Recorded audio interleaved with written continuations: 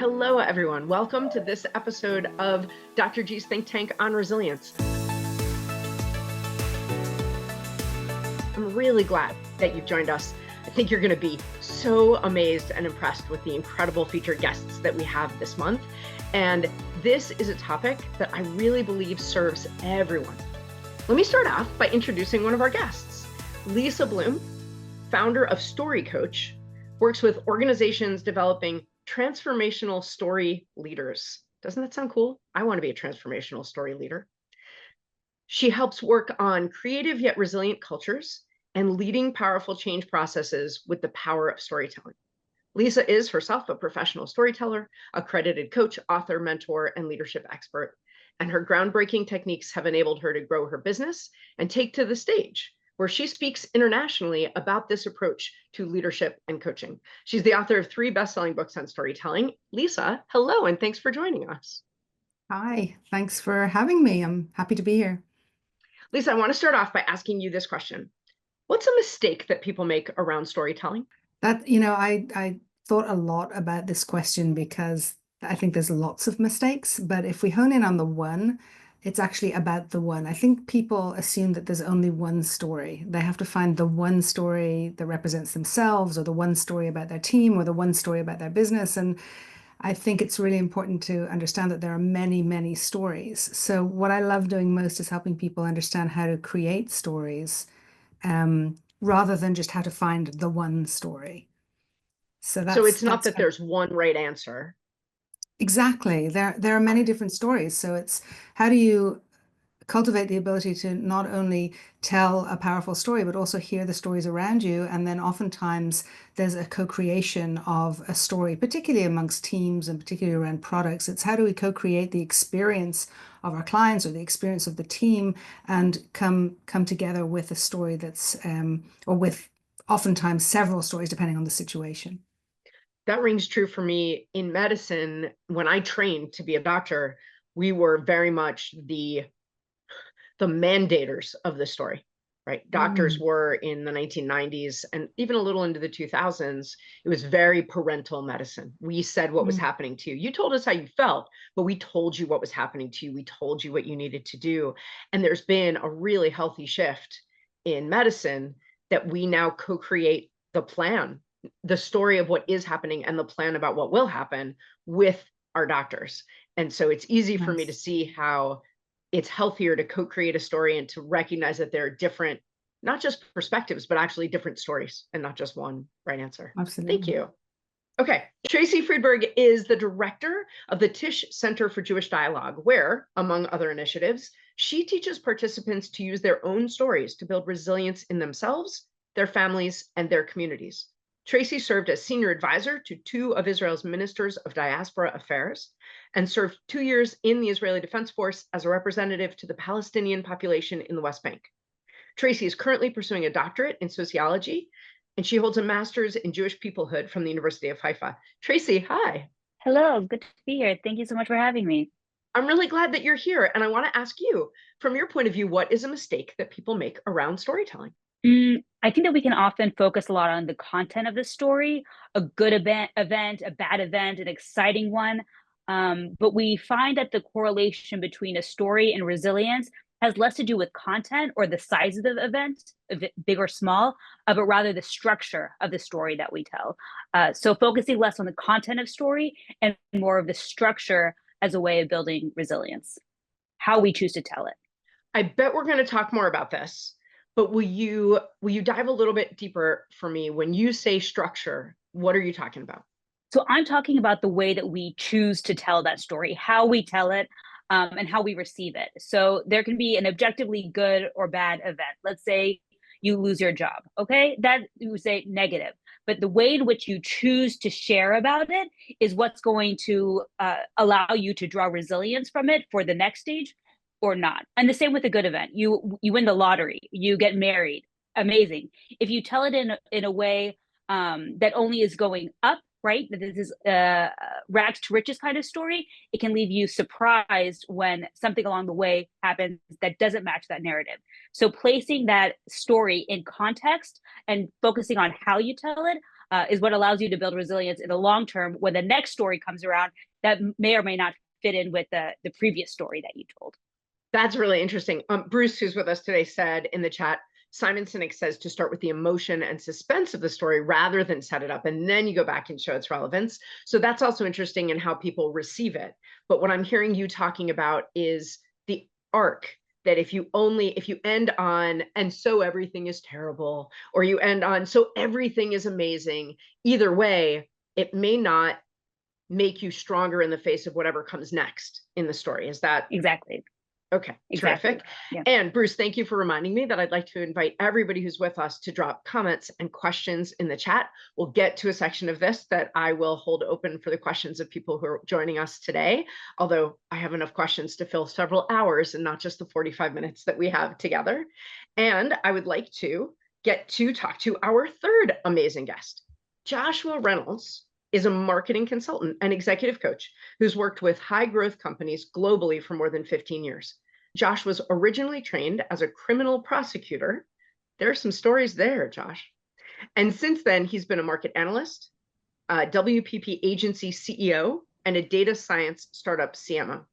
In January of 2017, he founded his own consulting firm, Rob Roy Consulting, based on the belief that authentic purpose and personal conviction are the foundations of all persuasive communication. He helps marketers and business leaders of all kinds grow their business through the art and science of persuasive storytelling. Over the years, Josh has developed more than 100 company narratives and coached dozens of C-suite execs, including Mark Zuckerberg and Jeff Weiner. Josh, hi, and thanks for being here. Very happy to be here. I'm really glad that you are. And I'd like to ask you this same starter question. What is a mistake that you find people often make about storytelling? Oh, the first thing I want to do is to amplify the two excellent answers we've heard so far. Lori, your point on co-creation resonates so much with me. I think we forget that no one is telling stories in a vacuum. We're participating in shared narratives. And I think that sometimes there's more emphasis on storytelling and not enough emphasis on story listening. The first step of any communication process is to listen. How do other people see this event? What's their interpretation of what's going on? Because you got to meet your audience where they are. And I love, Lori, your note on co-creation. I couldn't agree more. And then Tracy, when you talk about structure and when you describe the way it lands, again, that resonates so much for me as well. One of the storytelling techniques is you cast people in the story in one of three roles: victim, villain, or hero. And all too often those roles get assigned accidentally. And if something bad has happened, we accidentally contribute to victimization instead of reminding everyone that no matter what, you've got a choice to make and you have an opportunity to be a hero of your own narrative. But the third one I would add is that I think all too often we make ourselves the hero of the story, when in fact we might be an ally, we might be a catalyst, we might be a guide. I think the stories that land the most are the ones in which our audience can see themselves as the hero. I think the most important function of story is to remind people that no matter what's happening, they have choice. And I think we forget that sometimes that's one of the most powerful aspects of storytelling. And I can see how that's going to really dovetail with what you're saying, Tracy, about the choices we make in telling our own story actually either increase our own, reminding ourselves and our own knowledge that we do have some agency, or get in the way of our knowing about our own agency and autonomy. Okay, thank you, Josh. And I want to go, so Tracy, let me start with you and ask you this central question that we have for today. How can we use the stories we tell at work and about work to build personal and professional success? It's a small question. That's a great question. So I work with a very specific population on this, and often I'm working with government offices in Israel who have experienced a series of crises up until today, right? So you had COVID-19, and then let's say the Ukrainian war, which had all of these implications for us. Let's say if you're the Ministry of Interior, and then obviously the war that we're in right now. And it meets the personal with the professional, with the national in a really challenging and interesting way at work. And so one exercise that we do is we connect timelines. So we had this event, right, that has all of these personal and professional implications, and you try to create a narrative around this is what our team does during challenging times. And each crisis actually builds on the next and creates institutional memory about what we do, bringing the mission into the center of it. So because we are the kind of team that does this, because we have this central mission that one of the commenters talked about, Simon Sinek, the why, constantly driving that in. And it's the role of managers, of leaders on the team, to tell that story and to build institutional memory around each high and each low. So because in the way that we did this the last time, we are going to do this and add on to it this time. We have become stronger, more resilient because of how we acted. And this is how our team works now. So building that institutional memory, this is what we do in challenging times because we have our why, while taking into account how what happens at work and our ability to react and tell a narrative is often very much impacted by these connected events that are happening in our personal lives, in our family lives, in our national lives. And I'm sure that this is something too that Americans can relate to. And so weaving in all of these things that are happening outside of the office into our narrative. So the leadership lesson that I'm hearing, if I'm hearing you correctly, is that instead of, I would say, an older idea that leaders are meant to amplify wins and gloss over or correct and sort of sweep out of the way the challenges, what you're saying is challenges will actually, and if we can tell the story in a way that does this, challenges will actually strengthen us more, create more unity, more resilience, more success for the team, because you're building an internal brand. And Josh, I guess I'm going to come to you with this because I know brand is one of your major focuses, but it's going to build that sort of internal brand of not if things go wrong, but when there are challenges. And a big part of my work is thinking about the power of when, not if. But when there are challenges, right, this is not just what we can do because it's in a manual or a policy. It is who we have created ourselves to be, who we are. Exactly. Okay. Can you talk a little bit more, Tracy, before I move on to somebody else about this, about that exercise of mapping timelines? If my company had just gone through, someone attempted to buy us and we didn't want it and we escaped it, but now our reputation as a company doesn't look so good and our sales are falling, what would you have me do if I was going to do this with my team?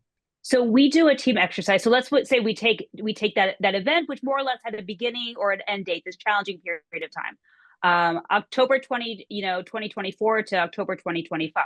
You take that and you have each of the members of the team create timelines, a narrative around what happened to them personally and professionally in that time, and ask them to weave it into a narrative. How would you tell your colleague what happened to you, how you experienced it, and what you did? And then the colleagues to come together and they share, this is what happened, this is how I experienced that period of time. And then the team will come together and create their shared timeline. So these are experiences that we actually experience together or separately. These are the points on the timeline. And so you're matching your individual stories from that experience. You're practicing intentionally how you tell it. You're hearing someone else on the team and how they experienced it.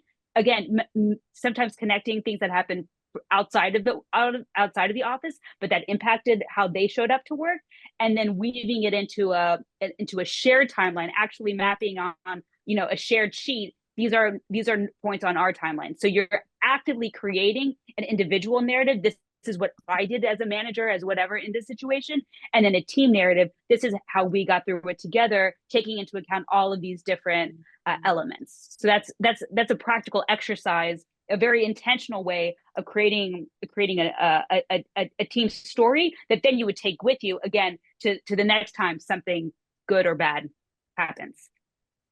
And just one more question about it. Do you draw, I don't want to say a lesson from it, but do you look in there and sort of name the positive patterns you see so that you can use those the next time?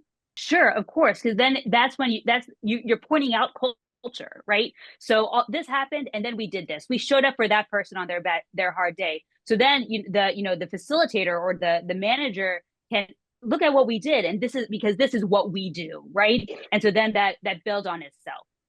Tracy, if I could, this resonates with me so much. What I think I hear you saying is that you're using storytelling. You talked about building institutional memory, but it also sounds like you're reinforcing an intentional definition of collective identity. Who are we? And who are we when things happen that we wish didn't happen? Who do we choose to be? And it sounds like you're deepening that sense of identity even in the midst of trauma or challenging times. Am I hearing that right? Exactly. Yeah. Okay. It's really That's cool. culture work, isn't it? Yeah, it's building the culture. I love that. Right. Yeah. So Lisa, I want to jump to you. And Josh, I know I said I was going to ask you next, and I will ask you the big question. But Lisa, this goes to an area of your real expertise. I would imagine that a lot of the people I work with would be like, I don't know how to write a narrative. I don't know how to write. I'm not a writer. Right there. I'm not a children's book author. I don't know how to take my timeline and create a narrative, but that's one of the things that you teach people to do. Where would I'm not going to run maybe an entire workshop about this skill, but how could I make this feel more accessible to my people? Yeah, I mean, I start with the premise that we're all storytellers. We're all able to tell stories because we all do tell stories. So whether it's around the dinner table or with our friends, we get together and we share stories. And so there's a whole piece of recognition around who am I? I think that it kind of connects to what Tracy was saying. I think that we understand our place in the world by virtue of the stories that are being told to us. And so when we start kind of thinking back to, well, what are the stories that I personally, and then if it's within an organization, I love what you're saying, Tracy, about these kind of moments that really add up to a particular culture. In essence, this is who we are. This is how we show up.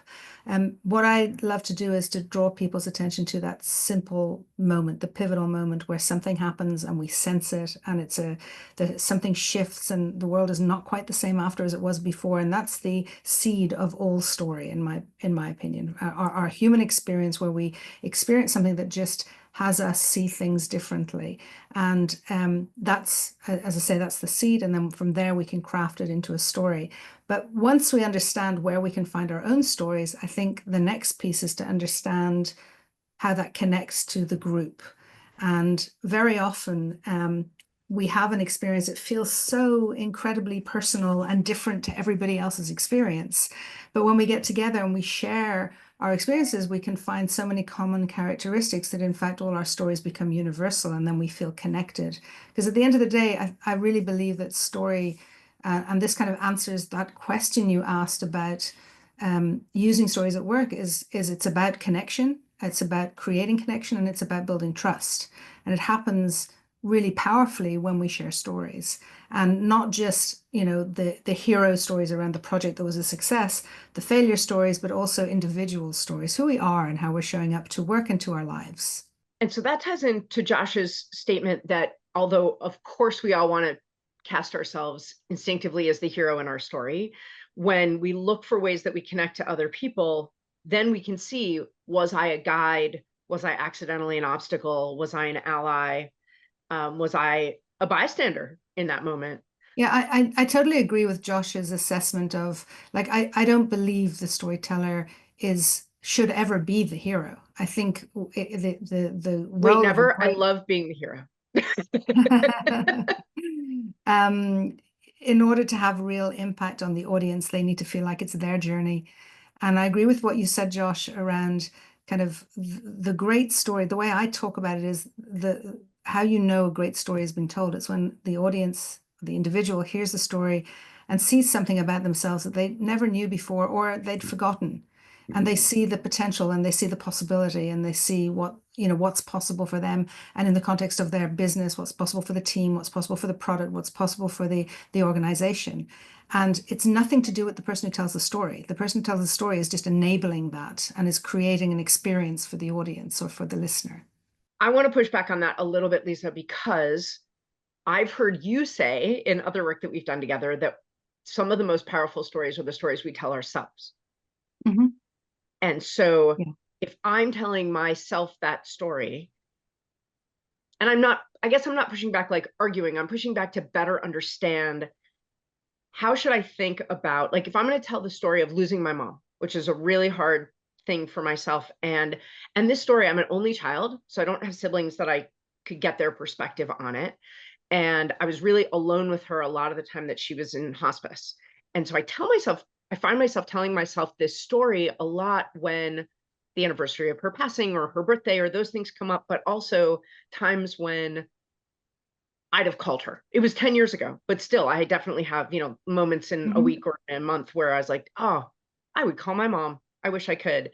And that memory brings up the story of the last couple of months of her life.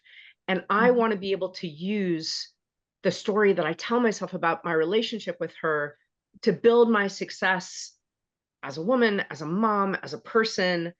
And so I get that it's not so much about making myself the hero, because then there's no growth there. Then it's just like straining my arm to pat myself on the back, right? But how can I use that story to strengthen myself if I'm not just trying to tell myself how great I did? Well, I think it's about what the story is for. Okay, so if the story is in order to have an impact on someone else, then the story has to serve and be relevant to the other person. Okay, and so I believe, we have an inner story and we have an outer story. And when there's a big separation between the inner and outer story, we don't sound authentic.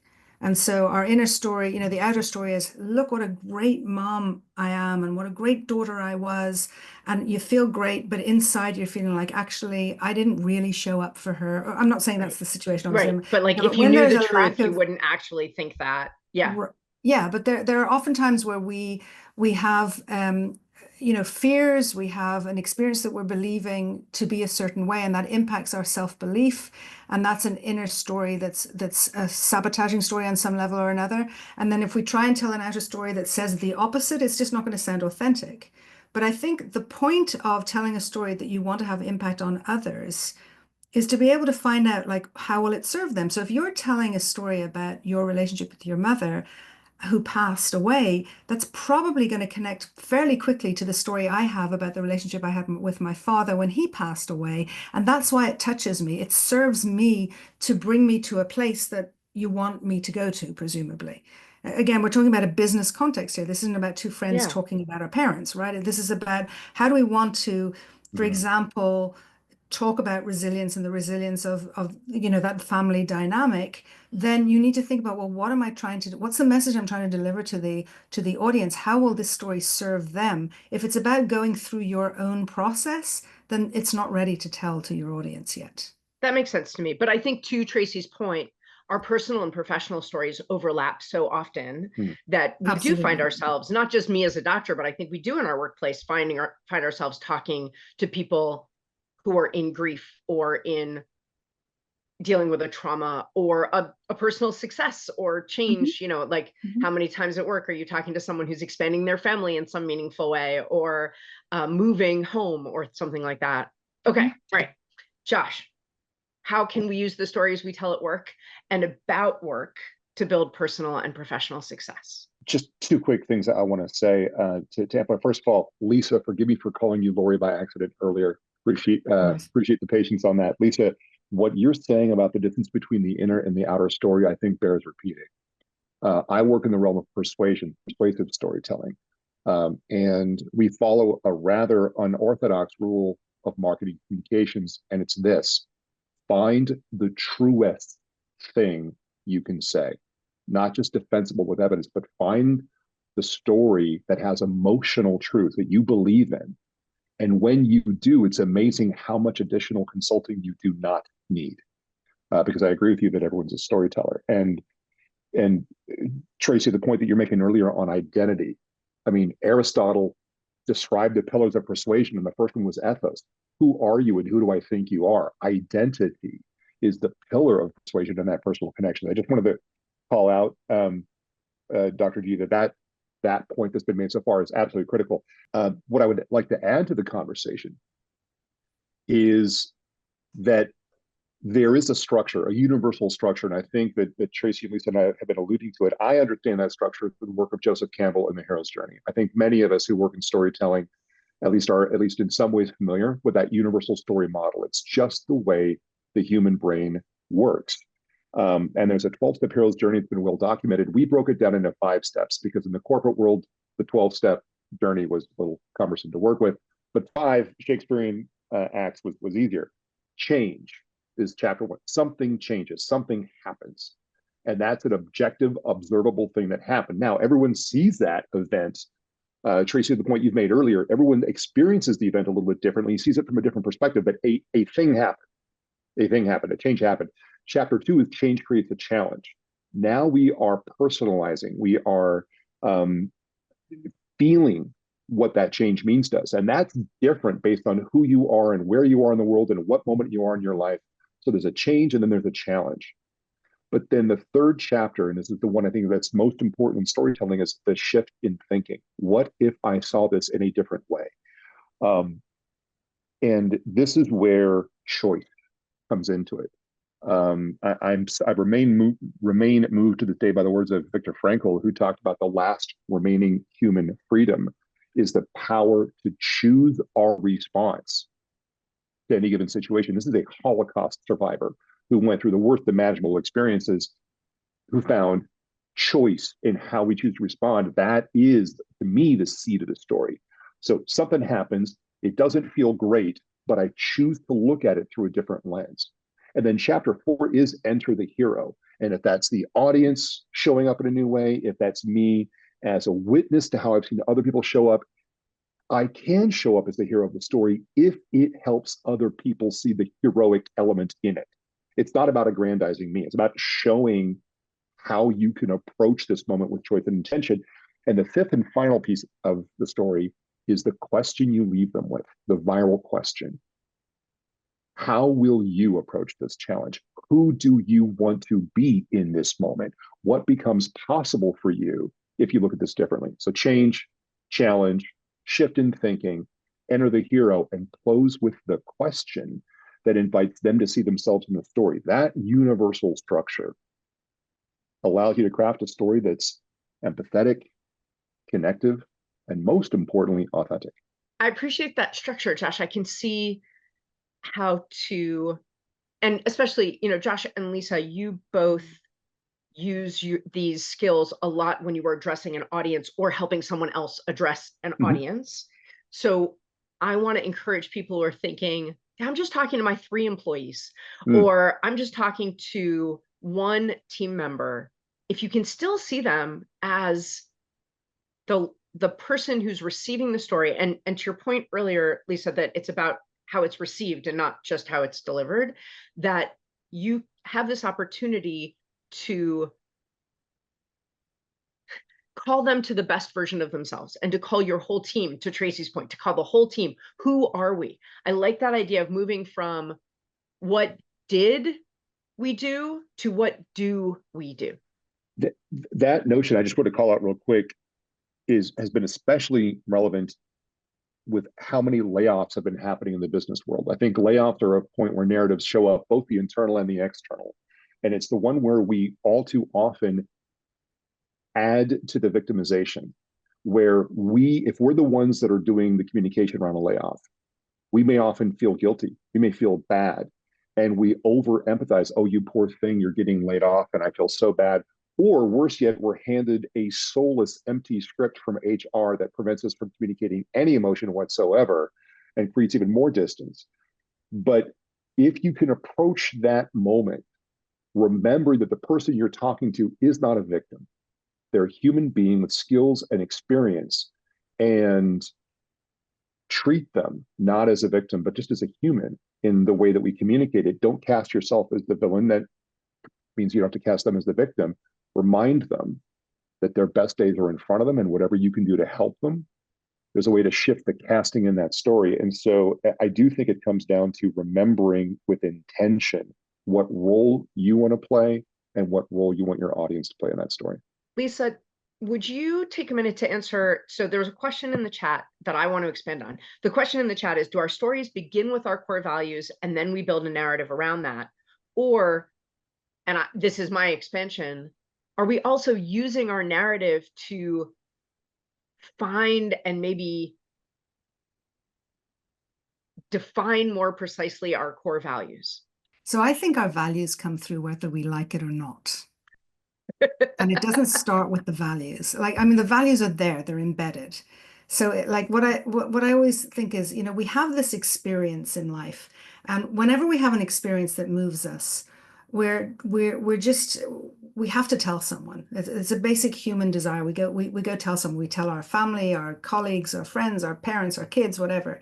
And in that telling, it's quite interesting. You know, we have the experience, we turn around and tell somebody, and what we tell them is probably less than 5% of pure fact. The rest is what we've kind of experienced, what we think to tell, which is based on our prior experience, it's based on maybe our education, based on what kind of mood we're in today. But what an interesting thing happens when we do that, which is we tell the story the story changes somewhat depending upon the reaction we get from the first telling. And after the first couple of tellings, it gets quite solid. This is the story. And then we forget that 95% of it we made up and we call it fact. We call it, this is just what happened and it landed upon us and we had nothing to do with it, right? And then we carry that story with us. Now, what usually happens is our values come through that story.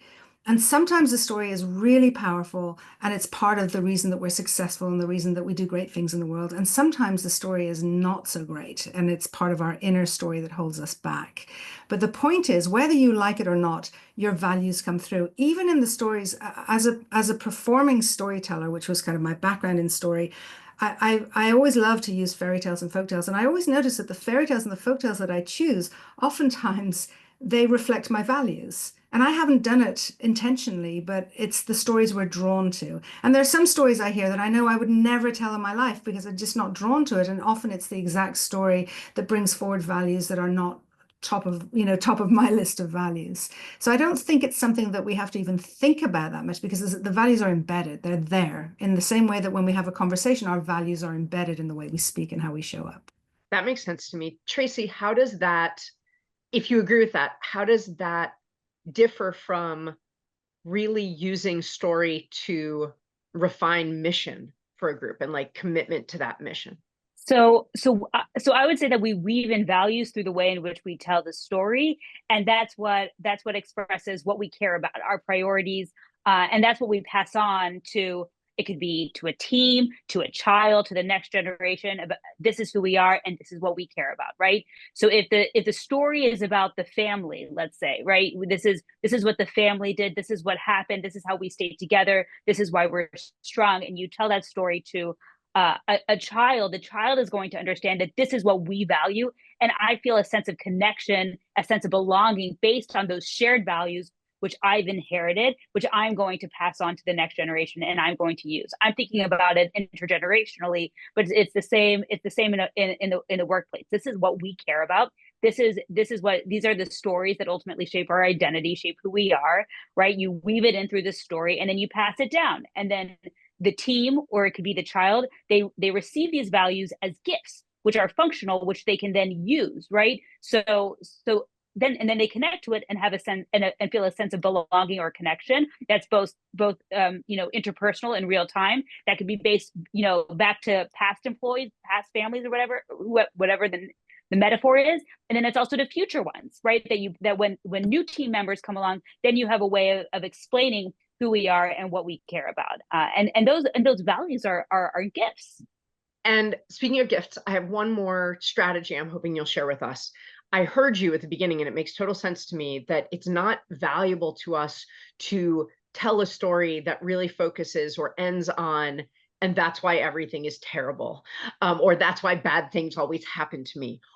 Also, you mentioned, and it makes sense to me, that it's not super valuable to end it with a message of, and that's why things are always come up roses, will always be wonderful. So if we don't want to end with a completely one-dimensional view of the world, what is the structure we should aim to use so that we leave ourselves, I'm guessing, on a positive note, but with a realistic framing or something? Let's start with, if our goal is resilience as a team, as a family, as an individual, whatever it might be, resilience, which is long-term, right? Resilience requires there to be some kind of a crisis, some kind of down, and actually you come out of it better and stronger in the day after, right? So you're not the same person, you're not the same team that you were at the very beginning. And building that long-term resilience requires hope in the present, the ability to believe in some kind of a future that you can take agency in bringing about. Okay, so the story that you tell can be based on a memory, right? We package the past, we package the memories in a story, and that story has to weave in some kind of hopeful mission, some kind of hopeful vision, which we can take agency in bringing about. So, however we begin or end the story has to weave in hope, has to weave in some kind of a shared desired future that we have the ability to bring about. So resilience requires hope. We can exercise that hope in the story and how we tell it. Thank you. I appreciate that. So I've heard a lot of ideas from the three of you today that connect to the research that my team has done on resilience. We use the sociologic definition that resilience is the ability to navigate change with intention and purpose towards a positive goal. And Josh, to your point, about the structure of these stories, I really appreciated you saying that chapter 1 is a change. It's not always adversity. It's not always difficulty, but it is always change. Neurochemically, our brains react to all change as risky. Even the great news, our brain says, fantastic, but could we die? You know, and knowing that all change leads to a story that can strengthen us is really useful at work, because leadership is really only vital when there is change. If you knew that your business was going to order no new products, acquire no new customers, was just going to run on structure for 1 week, it's impossible to know, of course, but that would be the week to take vacation. If you have systems in place and things are pretty much going well, and you knew that nothing was going to change that week, then that's when it's okay to be away, because it is in each change that as leaders, we're really necessary. And the fact that we can use not every change, because that is too heavy a lift, I think, but any change to build our team for the next one. The idea, there's a lot of research that shows that our brains want to look at a change as something to survive. I'm going to grit my teeth, hold my breath, and just get through this, and then things will get back to a phrase that I think probably none of you use in your storytelling: back to normal. Forward to normal, okay, I don't know what normal is, but forward is okay. But we never, to Tracy's point, we never go back to who we were before something happened. And, you know, Josh and Lisa, you've also talked about this. It's about understanding shifts and growth and learning. And so since our brains want to say, just grit your teeth, hold your breath, get through this, and then you can relax, that can be pretty damaging. Then, Tracy, to your point about challenge after challenge after challenge, that's when burnout happens. That's when we know that physical and psychological exhaustion can really set in. If we can use change more like, and forgive me because I don't like exercising either, but actually I think most people don't much like change and don't much like exercise. If we can use the changes like repetitions in weightlifting, we're going to get stronger. And then we can use the change to strengthen us for the next change. And I don't think that's possible without the narrative that you're teaching us, without these storytelling skills that you're giving us. So now, although with a little bit of warning, so nobody thinks I'm too mean, I'm going to put you each on the spot for just a minute. And I'm going to ask you to tell a short story of your own that demonstrates something that, you know, something about your success or something that you would like us to model. So, Josh, can I start with you? Growing up, I had a speech impediment that was so bad I was barely intelligible. I had a crippling stammer and a crippling shyness. On top of that, my dad, who was also a neuroscientist, followed the research grants, and I moved schools every year of my life until my junior and senior year of high school. I was the stammering new kid, terrified of people, terrified of talking, bullied frequently. My grandfather, Rob Roy Hicks, encouraged me, actually forced me to join the debate team when I was 13. Helped me with speech therapy, took me under his wing, and helped me find my courage. What he taught me was that if you actually believe in what you're saying, and you believe it's useful for the other person to hear it, get over yourself and speak your truth. And that's why 9 years ago, when I had a chance to name my own company, I named it after my grandfather, Rob Roy, because it is about finding your inner narrative, and it is about choosing a narrative in which you still have choice and agency. It's about choosing to be the hero of your own inner story and helping other people become the hero of theirs. Thank you. That's awesome. Lisa, how about you?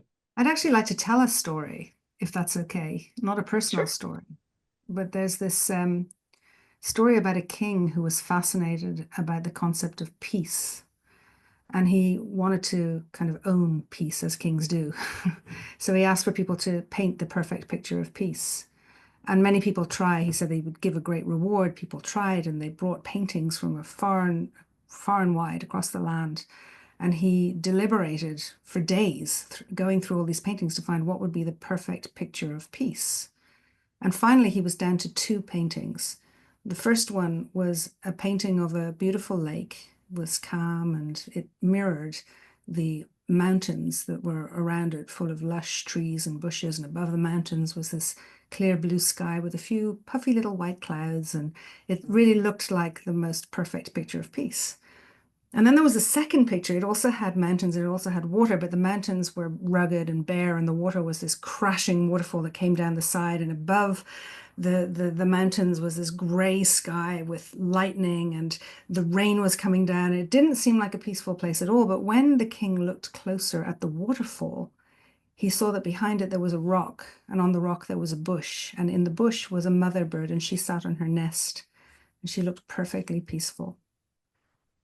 And so after a while, he decided to choose the second painting because he said that peace doesn't happen at a time when everything is perfect and quiet and all is good. Peace is when you can find that moment amongst the great storm and the crazy world that we're living through. And yet in that moment, you can sit quietly and find peace in your heart. That's the true meaning of peace. And that was the painting that won his heart. So I want to share that story because that's where I go to find these moments that can create an environment where people can tell their stories. And ultimately, with change, organizations, I think, oftentimes focus on the process and the technology of change, and they forget about the story of change. And as you said, Dr. G, the story of change is what helps us navigate it ultimately. I would say another thing that I learned from your story, Lisa, is the first one sounds like a beautiful place to visit, but the second one seems to me like something I could search for and find when I needed it. Nice. Tracy, Will you share a short story with us? of course. Well, I don't know where to go with this. I first of all, Josh, I too was a former debater who was sent to the debate team to find my voice. So I very much appreciate it. My grandparents were Holocaust survivors. They went from Auschwitz to a camp to Israel, to Houston, Texas, where they had my dad. And my dad had to work. My grandparents worked extremely hard their entire lives until the very end. And my dad had to work also very hard. He paid for himself to go to debate camp. He painted houses in college. And so I was the inheritor of all of this. When I went to debate camp, my parents paid for it. When I went to college, my parents supported me, and now I've been on my own. But I have inherited generations of hard work and resilience that I see myself as the accumulation of. So I'm not just my own stories and experiences. I have received all these. I talked about gifts. These gifts that I received from previous generations that inform me about who I am and what we do, what I do. And that gives me a strong sense of belonging and connection to past generations that I use right now. And one thing that I learned from my grandfather that I think that I could draw more from now in this period is just how happy and joyous he was within all of his pain and all that he went through. And so the ability to experience joy and connection and music, even within these challenging periods of time, is an inspiration and an energy that I would want to, for myself and for all of us here, to bring into the present, the ability to experience joy within challenging moments. Tracy, I want to thank you because I talk a lot in my work about using connection to build resilience. And I tend to think entirely about interpersonal connection.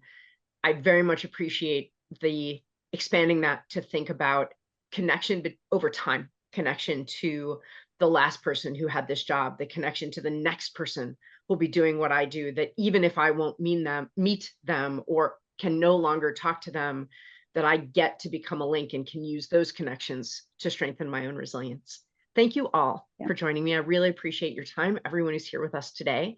I want to let everybody know that what we're going to talk about next month in our episode is about, since we keep talking about resilience in the workplace, we're going to speak with some CEOs about what they see as their role in employee resilience and team resilience, and what it's reasonable and possible to call leadership to do. Thanks, everyone. Have a great day.